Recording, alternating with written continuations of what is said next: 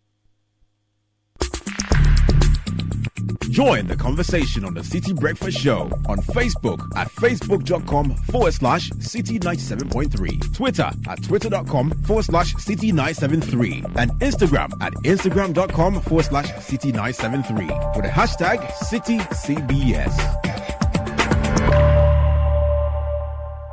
This is the City Breakfast Show, the city's biggest conversation.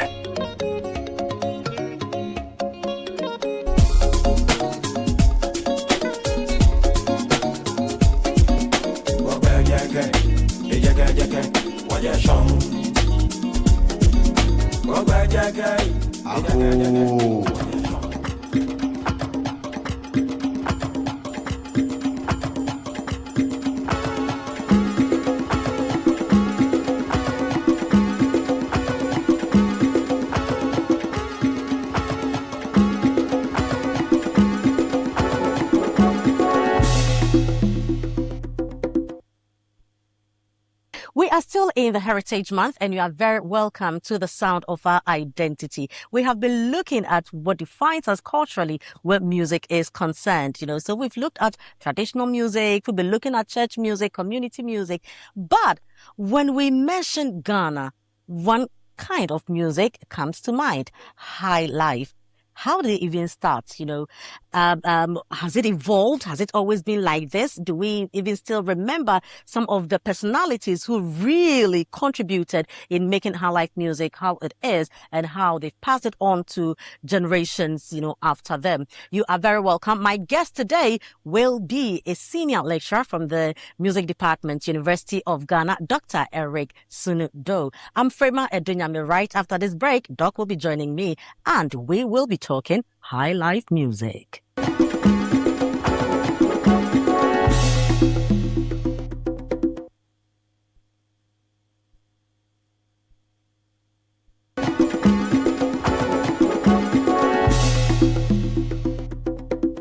You're welcome back. This is the sound of our identity. We are in the Heritage Month, and we are talking music. Doc is seated right here. I'm Frema Edunyame. Doc, you're very welcome. Thank you. How you doing? Not too bad. There's too much work. I know, but that's why you are here, so we can count on people like you to get a job done. And we know you are able. I will try. You can do it. Doc, so let's talk high life music. A lot of times people describe or define high life music as indigenous Ghanaian music, trying to say that this is what is unique to Ghana. Are we correct to describe high life music like that, or define it in that way? So, as scholars, we pay attention to the words we use. Right. And the moment you speak of indigenization, then you are speaking to a particular type of music. Okay. When we talk of indigenous, we are speaking to music that is of the indigenous. Okay. So music that is ethnic, music that is speaking to a specific tribe. So for instance, Adowa, Agbaja, and so forth. High life, on the other side, is a hybrid style of music. It's a fusion, right. And I'm sure we'll get into it. So we'd usually say it's a hybrid, or it's a popular music that arose from what we call popular culture. Oh, but so how did it come about? It doesn't have one entry. Okay. But I like to think of it from the point where we think of high life as has been presented to us. Yes. And that context is what gave the name high life. Okay. That is the context where E.T. Mensah and the likes comes from. But that starts off with the people we call Akrachifo. Okay. So enter the period where there was formal education and the missionaries were doing all this outreach and getting the people from the villages into the missions. That particular crop of people they educated, after some years, rose and assumed a certain social status. Right. And with time, they became known as the Akrachifo, the middle age, the middle class group. And for them, because they were away from their homes, they were not specific to the traditional culture. A lot of them found themselves in the towns, big cities, and what have you. So Accra, for instance, Winneba, Cape Coast, Takoradi. And they would they would kind of find a way of mixing wherever they came from with where they find themselves. Okay. The idea of what popular culture is. And here we are playing with 3 different elements. Right. The colonial masters and the West. Yeah. Where I'm coming from, my native, and then where I find myself. So if I had moved from the eastern region to Accra, yeah, I'm encountering different cultures. Yeah. How do I live? And that kind of life is what shaped what we call high life music. Interesting. Yeah. But is the rhythm the same, or are there key elements to look out for to know that yes, this is high life, or this what we call high life today is completely different from how it used to be back then? So the musicians have a way of understanding what high life is, depending on the kind of music you find yourself in. When you read Collins, he tells us there are 3 broad categories of high life music. One that spoke to the brass, the other that spoke to the middle age or what we would call the African elite, and then the one that spoke to the guitar. And they all came from different angles. So for instance, the brass came from the point of regimental bands, what we would call the military today. Okay. And where the locals were trained in playing regimental music. Okay. But on the downside, they would superimpose their melodies on these instruments and will not go that strict time that is associated with regimental bands and the military kind of music. That is that free 4/4 dancing. And that will evolve in what became known as Adaha. Adaha is essentially a brass band kind of, which looked like a regimental band. But that was all it was. It looked like it. So you'd find them dressed like military, regimental kind in the early 1900s. But the kind of music they'll be playing will be, marching. What the brass bands do today. Another version of that Adaha that came about was... So Adaha now is a kind of music. Adaha is a style of high life. Of high life. Yes. So not the group that we know today. So don't be confused. Yes. Okay, so we are not talking about Kweku Boateng and his men. We are talking about Adaha as a type of music, right? High life music. Yes. Okay. I recently gave a paper on the group trying to understand how they are symbolically appropriating the name to kind of find that status in the group we have now. Yes. Oh, interesting. So, I think it was 2-3 weeks ago. Oh, wow. Quite recently. But yes, we are talking about Adaha as an offshoot of regimental 5 bands, right? And I mean, like I was saying, they would be the kind of music that would be for marches on the parks, stadiums, essentially brass band music and dancing. But they would often be dressed like the regimental groups, right? And think of the boys' brigades we have in the churches and the way they dress. It has that origins in Adaha. Right. An offshoot of Adaha is what we call the kunkuma, not the people. Okay. But it was a type of music that came out of the Adaha. Right. And what they did was what we would liken the Jama groups to. Okay. So they had these rectangular frame drums where there's also the party, that small drum the Jama people would use. And they would use their voice to mimic the horns or the brass instruments. And that would herald that procession, singing, dancing. So that is that kind of high life. You say Adaha high life or Kunkuma high life. Right. Then there is the guitar-derived high life where I find myself. Right. And that is positioned between... there are 2 contexts of how they came about. Yeah. One speaks to the contact with the Europeans, and the other speaks to that palm wine context that would already be in the villages. Right. Has nothing to do with what the Europeans brought. There was already a kind of musical activity that was associated with drinking, public spaces. So under a big tree after the hard day's work, we'll wait for the palm wine tapper, bring the wine, we'll drink. And that kind of musical activity that will be done there would be referred to as palm wine. Right. Of course, we can pay attention to the various elements and then say these are the styles. Then there is the one where the Europeans came with what we call the harp lute instrument. So the guitar is one of them. And the trick here is that there were no harbors back then. So they would dock the ships quite a distance in the sea, and they would need people to bring them from the ships to the shore. The people who played that role, they were known as the crew sailors. And the crew sailors were not Ghanaians, they were from Liberia. Okay. Right. So that exchange, that interaction, they going on board the ship, meeting new instruments, some of them even working on the ship with time and learning some of these instruments and creating a new sound. Because if I had my guitar here, I would have demonstrated that. There was a style that the Europeans were playing, simple straight chords. There were styles that we were used to. What was that sound? I mean, rhythm-wise, how was it? So we would say the ones that was developed were polyphonic.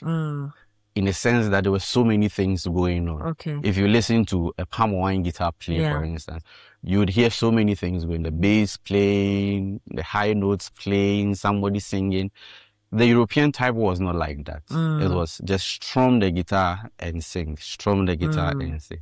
So it was these crew sailors who brought the idea of how to play the kora, how to play the seprawa onto the guitar. Okay. And then brought it on the shores, taught a lot of the locals, and then came what was known as the main line. Okay. The main line is what will give birth to the Yam Ponsa song. Ah. So the Yam Ponsa you would hear is a song. Exactly. So it was a composition. Okay. It was a song. As to who wrote it, we are still in debate. But the most important thing was that the rhythms that were accompanying the song is what came to define this guitar style that we're talking about. So this is what will also give birth to like the Boga High Life and stuff like that later on. We've gone too far. Okay. This will give birth to what we know as palm wine music. Okay. So there's palm wine music that is celebrated in the community that has nothing to do with guitars. It has everything to do with just casual music making. Yeah. A couple of people borrowed that idea, introduced it onto the guitar, and then started moving from one place to the other, selling that kind of music. So we would say the commodification or the buying and selling of palm wine music from one spot to the other is what brought about palm wine music. Today we talk about cocoa. Yeah. And all the issues around cocoa. Back in the 1920s, the cocoa farmers played a key role. Okay. Because they were the ones who were patronizing the palm wine groups. And the palm wine groups will map up their tours. Yeah.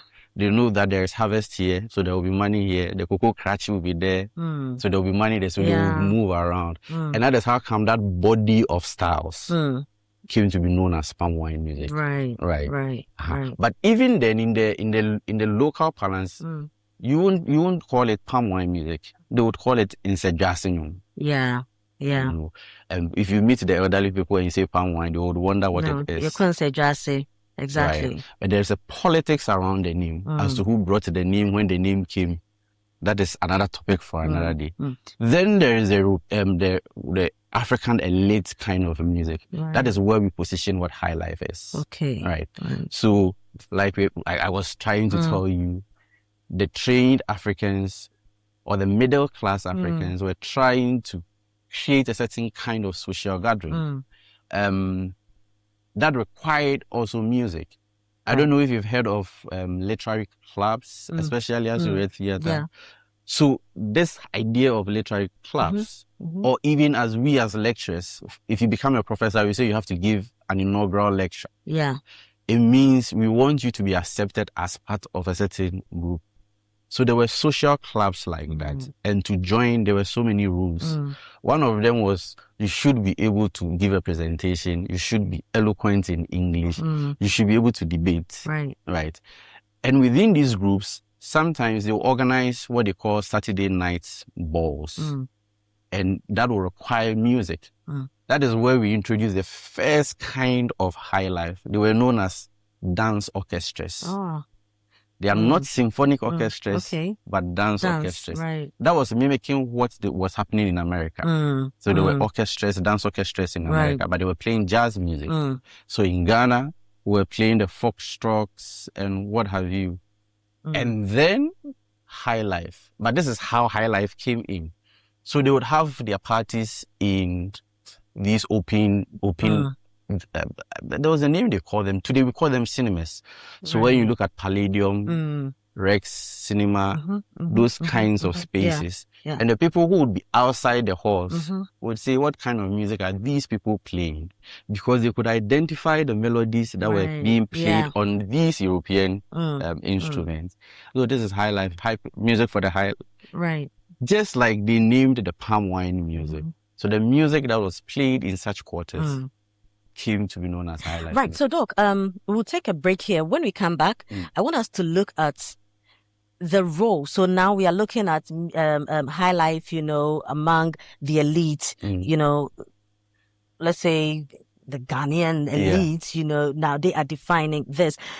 But I would also want us to know the role they played, especially because we spoke about the Adaha type of, the music. Right. The role they played in nationalism and also towards independence. All right. So this is the sound of our identity. My guest is Dr. Eric Sunudo, and we are talking high life. Now we want to know what role high life played in nationalism and also in independence. We'll do so right after this break.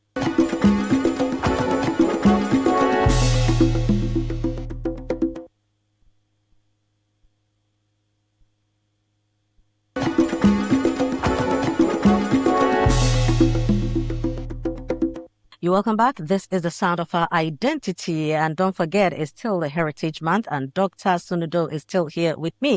Doc, now let's look at the role of high life music in nationalism and also in struggle for independence, or when we had independence and all. So I'll take the story from that point because that is when they begin to feel the role of high life Exactly. music. The champion for independence was done by these same people we call Akrachifo. Right. And their elites. So think of the UGCC and its formation. Who are those people in there? That same cohort I was talking about. So you could think of the kinds of social gatherings and the kinds of meetings and engagement they would have that was pushing for independence and the kinds of music they were also playing. Right after the dance orchestras came what we call the swing dance bands, or what the musicians call dance bands. And that is where E.T. Mensah enters. So E.T. Mensah was initially a part of a bigger dance orchestra, the Accra Orchestra. Okay. And then came to form the tempos. He didn't really form the tempos. There was this white man, Atta Harriman, who formed the tempos. Okay. That was when the Second World War was still happening. And, there were a lot of some of the soldiers, the British soldiers stationed here. They were even assembling planes in Takoradi. Interesting. Right. So they formed bands and they were entertaining themselves. And when the war was over and he left, that was when E.T. Mensah came in. Okay. E.T. Mensah's role was now redirecting the sound they were playing to make it Ghanaian. Oh, okay. Right?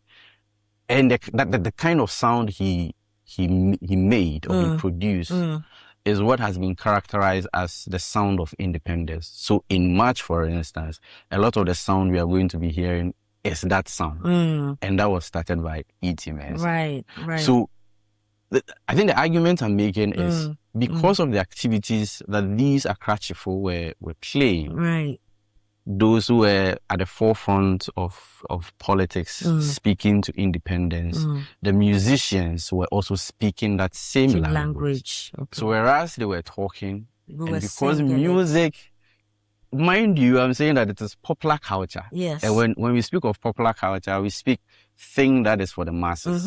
What the people can connect with. Exactly. Yeah. And that became the channel which they sent the messages. So E.T. Mensah, for instance, writes, Ghana, freedom. Land of freedom. Exactly. Stars of the brave. But that was not the only song he wrote. There were some songs that were in support of the CIti. But who else? The musicians? So Did first Nana was... Badu do something? Or it was much later? Yes, Nana Mpedu was a bit later. Okay. So when you speak of independence, you are thinking of E.T. Mensah, you are thinking of Ike Nyame, okay, and you are thinking of Kakeiku and a couple of earlier ones. But then the E.T. Mensah Tempos group some of the members would leave to form their own bands. Okay. So you'd have the Red Spots, you would have the Rhythmic Aces. They're all coming from one source, just like the UGCs, UGCC, CPP kind of thing. But then they will be writing the same kind of songs because it was pushing Doc, independence. is the high life music we know from back then the same as we are enjoying, or we've deviated? That is an interesting question. And sometimes I find it interesting when I listen to the musicians trying to speak to that question. High life, like I was saying, was a social construct. We have the idea of a popular musical style. And it is generation based. The ideas are there, the principles are there, but how we relate to it per generation is different. Right. So that is how come E.T. Mensah's high life sound will not be the same as the sound we heard in the late 60s, early 70s. You'd find a fusion of the guitar bands and then the E.T. Mensah kind of bands. So the Ambules come in, the CK Mans comes in, and all those other groups that came in, including the Nana Mpedu style of high life, which will also then evolve again into Burger High Life. Okay. And all these are socially inspired. Right. So Burger High Life take from the late 70s into the 80s. Then in the 90s, we go into another kind of high life, hip life. Right. In the late 2000s, come into another kind of high life, Afrobeats. Right. But so do we have musicians doing high life today? Yes. Who are those? In fact, all the musicians are doing high life. Okay. In the sense that they pick the core elements of the high life. Okay. And then they make it relevant. But we don't have artists doing the authentic high life anymore.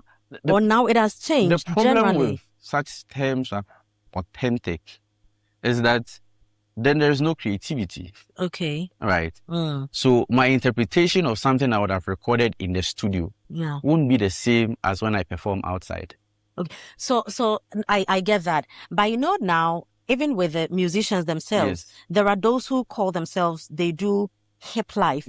Those who say they do Afrobeat. Those who say they do high life. Yes. Is that high life or the Afrobeat and the hip life? Everybody, we are all doing high life, giving it different names. But that is what I'm saying. Yeah. That they would still do the high life, but how they interpret the high life would be different. Right. How we speak English today is different from how they were speaking English in 1957. Now we are doing claquet. Exactly.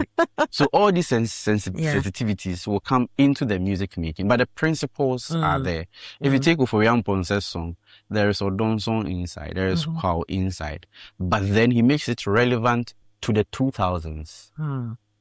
Which wouldn't be the same if he's writing a song today. Right. We wouldn't say that it's not high life. Right. It is high life. But probably there are so many different elements. But is that what they're doing high life? It depends on the project. Okay. He could do a high life song. Maybe but generally, yes, he's not a high life artist. I think that is the problem with us is trying to box ourselves in those categories. They are describing themselves as such, and we want to understand. But that is marketing. How do I position myself for somebody to buy? To appeal to the people. Exactly. And then we come in and we try to understand what are the elements in here that he would say is a highlight, for instance. You won't find it in all the songs he would make. Exactly. Maybe 1 or 2, 3 songs he will make. But would that classify him as a high life musician? No, he has high life songs. Yeah, right? but then even yes, a high life artist. He's also the same. I would like to think he is more of an Afrobeat artist. Really? But it is built on a certain solid foundation in high life. Wow. So now, anyway, so the generations have changed, and so it can't be as the Akrache we're doing. Let me give you a scenario. What we call the generational factor. So every generation would say the previous generation's kind of music is old. Yeah. So how do I take high life of the 1950s and make it my own? I recently heard an interpretation of Julie Okai's Nothing But a Man's Slave by Rama Black. And you listen to the two and you see that Rama Black's sensitivities are different from how Julie Okai was expressing it in a period. So when you think critically about it, you see, no, she's brought her current interpretations to it. That is the way some of these high life or some of these popular musicians are reinterpreting high life. But we should move away from that straight jacket, this is high life or this is not high life. Right. Because like I said, it is a social construct, not necessarily built on a musical structure. Right. So it has so many things going in. So if we open ourselves and understand it that way, then it makes it if you much understand more it easy. from the social construct perspective, it makes it easier. It makes it a bit easier, yes. Doc, my next conversation with you, I would want us to continue from real high life to hip life and then to Afrobeat. But for this, we'll have to end here. Thank you very much. Pleasure. We truly do appreciate you coming in. We'll see you soon. So I've been talking to Dr. Eric Sunu-Do. Now you understand when we say high life. So everything you are hearing today has a little bit of, high life. That is the foundation. And then we can add our creativity to it. We will come back later to talk about the hip life, the Afrobeat, and really if that will also change in future. I'm Frima Edinyame. Thank you for watching The Sound of Our Identity. Ago.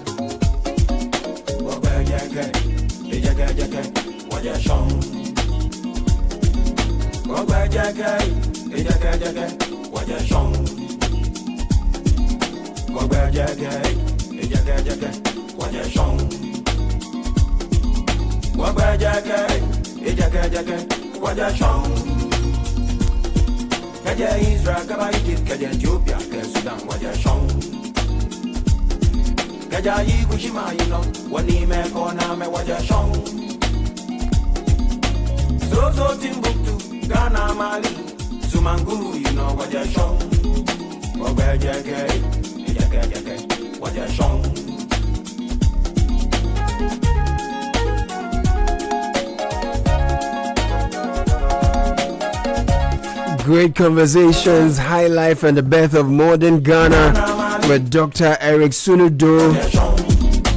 Frema Edinyame was your host for that particular one. Keep your dial right here. We'll keep bringing you Heritage on Air series.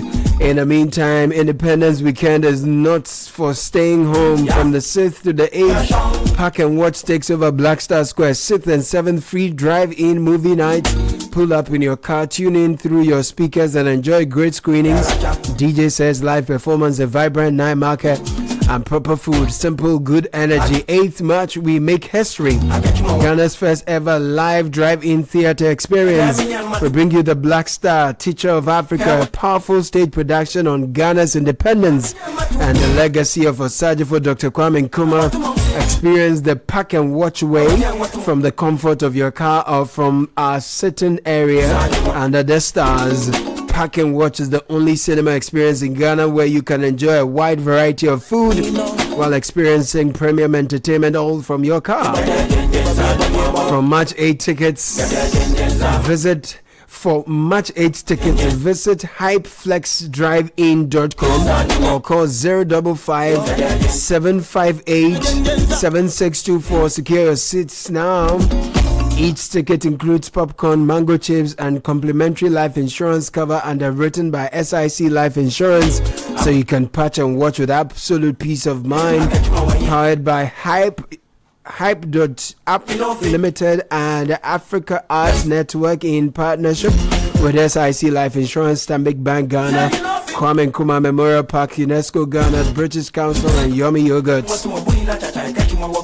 In today's digital world, cyber threats are on the rise. Be vigilant, do not click suspicious links, and make sure you use strong passwords. Remember, cyber safety starts with you. Call 0800 100 790. Omni Basic Bank, not just another bank. And when the world gathers for greatness, one name leads the way. Litina Travels. Litina Travels is taking Team Ghana to the biggest football event on the planet.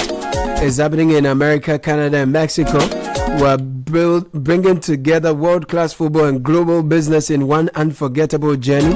Litina Travels package includes visa to watch all 3 group stages, 3 official match tickets, return charter flights, hotel accommodation, travel insurance, exclusive access to business networking events across all 3 host nations. 0244 260 789. Our office, Litina office, is at Alisa Hotel, Northridge. Litina Travels is your gateway to 2026 global football competition.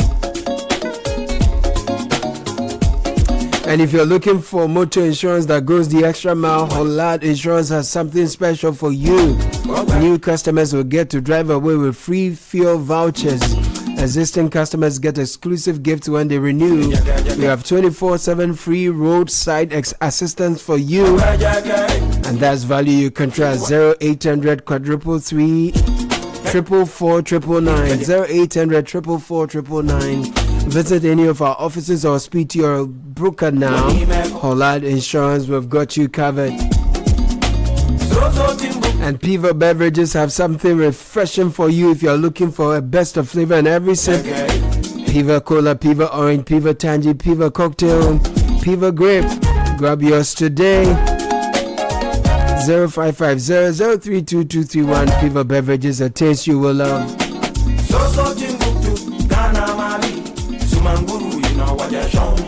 When factories rise, we protect them. When businesses grow, we guard their future. When families invest in what matters most, we secure their dreams. We've done this for 6 decades. SIC Insurance has been Ghana's shield, built on integrity, reliability, and care. From motor to fire, accident to travel, insure it with care. SIC Insurance is the name. 0800 100 055. Talk to your broker now. SIC Insurance, our promises are sacred. After receiving hundreds of nominations for the Channel 1 Community Legends from communities across the country, the search for the most deserving heartwarming stories are underway. Get ready for the exciting reveal and grand celebration of the 10 Channel 1 Community Legends, only on Channel 1 TV and CIti FM. Now, do you drive or own a car? Then make sure you are protected with motor insurance you can trust. Provident Insurance offers comprehensive third-party with fire and theft and third-party only motor insurance with fast, stress-free claims. Claim payments ensure from January to March, and you enjoy free fuel coupons, exclusive branded souvenirs.